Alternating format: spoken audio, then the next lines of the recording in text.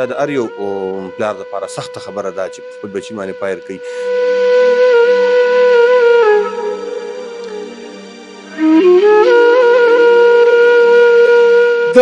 دا جرم کړی سید رحمان چې د خپل ډیر ښکلی ځوان اسماعیل هغه وجلی دی په خپل کور کې.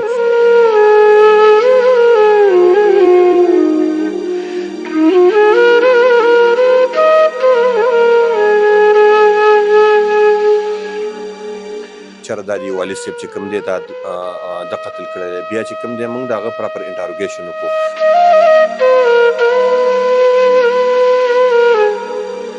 کومه دا وقوع شوې ده اول شپې ټیم و 3 بجې ټیم و څه اطلاع میلو شوه چې تاسو لاړې او موقع باندې څه لیدلي؟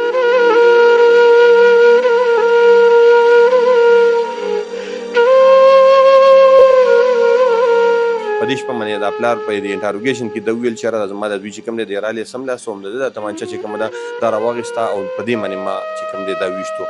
دنیاوي مسایل دا هر څه راځي خو لکه دا ډز او ډز چې دی د دې حل نه دی. لکه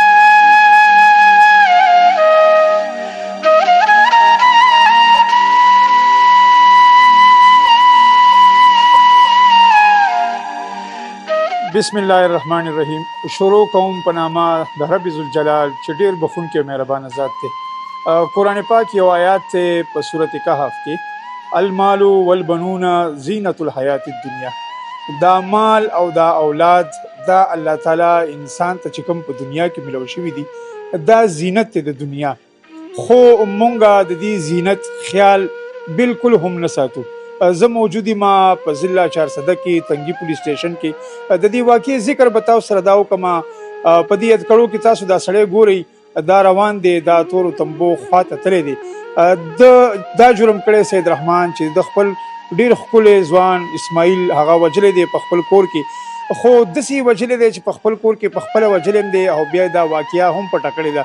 خو زه وایم که ملزم ډیر هم زیات شاطر شي هوښیار شي خدا د قانون د نظر نه او دا به وایم چې لکه جرم نه پټېږي. دی پولیس عرفان خان سره به د دې کیس متعلق تفصیلا خبرې کوو چې دا وقوع وشوه څنګه او بیا دا ملزم د ملزم نه بیا مدعي نه ملزم څنګه شوه، دوی سره به تفصیلا خبرې کوو. ډېره مهرباني عرفان خان، ستاسو ډېره مهرباني. دا وایم چې دا کومه دا وقوع شوې ده اول شپې ټیم و 3 بجې ټیم و څه اطلاع میلو شوه چې تاسو لاړې او موقع باندې څه لیدلي؟ اعوذ بالله من الشیطان الرجیم بسم الله الرحمن الرحیم. قیس صاحب ستاسو ډېره مننه چې تاسو تکلیف وکړي. دا جی موږ ته چې کوم دی سید رحمان نوم یو کس و چې دا په کیجوالټۍ کې موږ ته پیش شو چې یاره زما بچی چې کوم دی دا زه د فایر په اواز باندې راپاڅېدم، فایر وشو نو هغې نه پس چې مې وکتل زما بچی چې کوم دی دا لګېدلي و.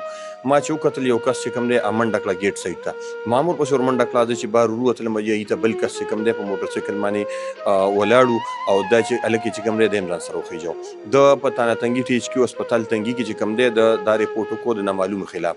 موږ هغه له د هغه نه رپورټ وایو، د هغه په مدیریت کې د سید رحمان په مدیریت کې موږ د هغه نه رپورټ وایسته. په هغې باندې موږ جي پراپر اف آی آر ورکړو. د هغې نه پس چې کوم دی زموږ د ډي سي پي صاحب ګلشید خان په سربراهۍ کې یو ټیم جوړ شو. په هغې کې چې کوم دی زه په حیثیت شو موږ سره انسپکټر بسم الله جان سی آی او هغه چې کوم دی پوره ټیم د هغې بیا په دې باندې چې کوم دی په دې وقوع چې کوم دی تفتیش شروع شو. د تفتیش په بنیاد باندې جي موږ ته داسې خبرې رالې په ساینسي بنیاد سره چې کوم دی ټیکنیکل طریقې سره دا موږ هینډل کړه دا خبره. او بله په دې کې جي د عام چې موږ یا دا وه په هیومن ریسورس باندې چې دا خبره وه چې یاره تاسو چې دا کوم دی دا پلار انټاروګیټ کوي، تاسو ته به د دې حقایق چې کوم دی دا به تاسو ته واضح شي. عرفان خان زیاتره داسې وي چې لکه پیله کم ابتدایي رپورټ وشي، ظاهره خبره د پولیس په هماغه رخ باندې ځي، لکه سی سی فوټیج به ګوري، موټر سایکل به ګوري، نمبر پلیټ به ګوري، ډېر هغه شواهد به یې کټه کوي او ملزم ته به رسېدو. خو زه به ووایم چې پولیس هم ماشاءالله د هغوی روزانه د داسې واقعاتو سره مخامخ کېږي، پیښې راځي. څه داسې شکوک او شبهات میلو شو؟ آیا په علاقه چم ګاونډ کې داسې شکوک کېده چې مطلب هم دا پلار چې دی دا د زوی قتل کړی دی؟ څه داسې اولنی کلو میلو شو؟ اصل کې چې دا ټولو انګلونه موږ وکتل جي او 76 د هیومن ریسورس زموږ دا و جي چې عام چې موږ یا دا وه چېرې دا د والد صاحب چې کوم دی دا د قتل کړی دی. بیا چې کوم دی موږ د هغه پراپر انټاروګیشن وکړو، موږ راوستو د هغه موږ پراپر انټاروګیټ وکړو. دا د هر یو پلار دپاره سخته خبره ده چې په خپل بچي باندې فایر کوي، او چونکې هغه په خپل تفتیش کې چې دا انټاروګیشن کې دا ویل چې بالکل دا ما قتل کړی دی، او د هغه نه چې کوم دی علی قتل چې کوم دی هغه بیا هغې د پټېدو کوشش کوو، خوا کې ورسره یو نیر وي هغې ته ایشتي وو، نو هغه نه بیا جي هغه علی قتل چې کوم دی موږ د هغه ځای نه برآمد کړو.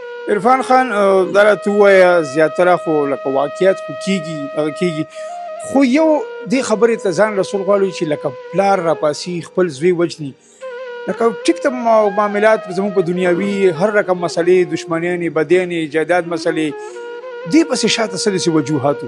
اصل کې جي د دې مسله د ښځې نه وجي زیاتر دا وه چې ده به د خپله ښځه ډېره زیاته وهله ټکوله. دا تقریبا څلور پیرې جي پلار کور کېنوله دا ښځه چې کومه ده، باقي د پلار سره یې بله لاره نه وه، او هغې ورته هم دا وویل چې یاره دا تقریبا څلور پنځه پیرې تا بوتله موږ له ضمانتیان راکړه، خو د هغې باوجود هم ته په هغه دغه کې کامیاب نه شو په هغه ضمانتیانو کې. نو اخري حل یې دا وجي چې دا د دې نه یو ورځ دوه ورځې مخکې چې کوم دی د دا ښځه م وویل او دا پلار یې م وویل، بیا د هغې نه بعد کې جي د تمانچه راوړله، د دې پلار ته یو شپه مخکې ویلو چې په دې باندې به تا م وولم او دا خپله ښځه به م وولم. نو هغې پلار یې هم د دې نه ویرېده. بیا په نیکسټ شپه باندې چې کوم دی دا وقوع چې په کومه شپه باندې کېدله، په دې شپه باندې دا پلار په دې انټاروګیشن کې ده ویل چې یاره زما د دوی چې کوم دی د رالی سملاسه هم د ده د تمانچه چې کومه ده دا راواخېسته او په دې باندې ما چې کوم دی دا ویشتو. پلار دپاره هم جي دا ډېره سخته خبره چې په خپل بچي باندې دا قسمه لکه فایر کوي یا وژني. او زموږ معاشره کې دا خبره ده جي چې موږ په خپل بچو باندې چې کوم دی نظر نه ساتو چې آیا زما د بچي صحبت د کومو خلکو سره دی، ناسته پاسته د کومو خلکو سره، موږ ټول له پکار دي چې پر خپلو بچو باندې له خیال وساتو او وی ګورو چې ګن بیلنس پرې ساتو چې ناسته پاسته دوی چا سره ده. عرفان خان د 400 خو به زه یاد رقم زیاته ماشاءالله دا خو د اشنغرو کلی دی، ډېر درانه سنګین خلک دلته اوسېږي. مونږ که هسې عام معاشره کې وګورو، زما که خپل ریپورټس ملګري زیاتره چې کوي نو زیاتره واقعیت داسې چې پلار راپاڅېدلي یا لورې وجلي وي، بیا ورور راپاڅېدلي خپله خورې وجلي وي. زموږ په معاشره کې دا داسې مړي چې لکه هغه مونږ کې کمی دی یا د تربیت یا د تعلیم یا مونږ د دین نه داسې لرې یو. د 400 خلکو ته څه داسې پیغام ورکوي، خاص کر د داسې کول باره کې چې د نشو ښکار وي او هغه بیا په دې کور کې راځي او کور کې هغه ظاهره خبره ده چې دوه ورونه به بیا راځي او هم دې پلار نه تپوس کوي چې دا زما دا ورور دی ولې دې وجلو، لاره به دې ولا کتلې وه، بله لاره به دې کتلې، دې کور نه به دې شړلی. څه پیغام ورکوي؟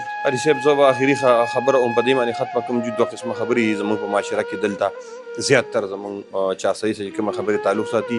یو خو جي د ځمکو خبرې ډېرې زیاتې دلته، او بله خبره جي نشې ده، کم از کم د پولیس سره د یو سړی رابطه ساتي که دا قسمه څه خبره تر راځي. خو موږ هم مور او پلار هم په بچي باندې نظر نه ساتو، که موږ خپل تربیت د بچو ښه طریقې سره کولی نو دې نوعیت ته به خبره نه رسېږي نن چې دا تاسو کومه وقوعه کې راغلي او دا کومه مسله چې راغلې ده. بله خبره جي موږ زیاتر د ځمکو خبره جي زموږ په 400 کې زیاتر تاسو به ښه پته وي د ځمکو خبرې ډېرې زیاتې، هغه د رور سره ترور تربور سره دی، خامخا دا لانجې کونجې ډېرې زیاتې. نو که په دې کې پولیس انوالو شي، زموږ DRCs جي په دې کې جوړې شوي دي، مشران دي د کلي، دې کې موږ PLC ممبران چې کوم دي موږ کمیټیانې جوړې کړي دي. نو که دې سره د دې روابط جوړ شو، د پولیس سره دې روابط جوړ شو، انشاءالله تعالی داسې قسمه خبرې به نه راځي. عرفان خان ستاسو ډېره مهرباني.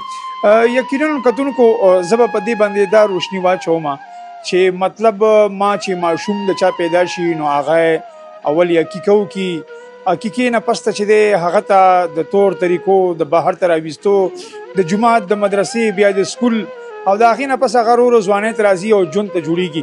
مونږ زیاتره داسې کتلي چې دا پلار ځان سره دا وړوکی زوی بوځي او چې کله خلک څوک نه پېژني نو خلک ترې نه تپوس کوي چې یاره دا ماشوم څوک دی او ورته وایي چې یاره دا مې نوسی دی، دا مې وراره دی. زیاتره به دا یاد کړي چې ځوم کې ځان سره خلک بچي وړي نو ورته چې دا مې زوی دی، هماغه زوی بیا لکه راپاسي دا حالات مونږ ته راځي. زه به دا ووایم چې مجبورانې مسلې دنیاوي مسایل دا هر څه راځي، خو لکه دا ډز او ډز چې دی د دې حل نه دی، لکه مطلب چې مونږ د دې نتیجه په دې اخذ کو چې مطلب زه دا ولم یقینا د دې نه به زیاتې مسلې هم جوړېږي، معاشره کې به دا بدیانې او داسې پیښې به زیاتېږي چې کله مونږ کې د تربیت او د تعلیم کمی وي. ډېره مهرباني جي.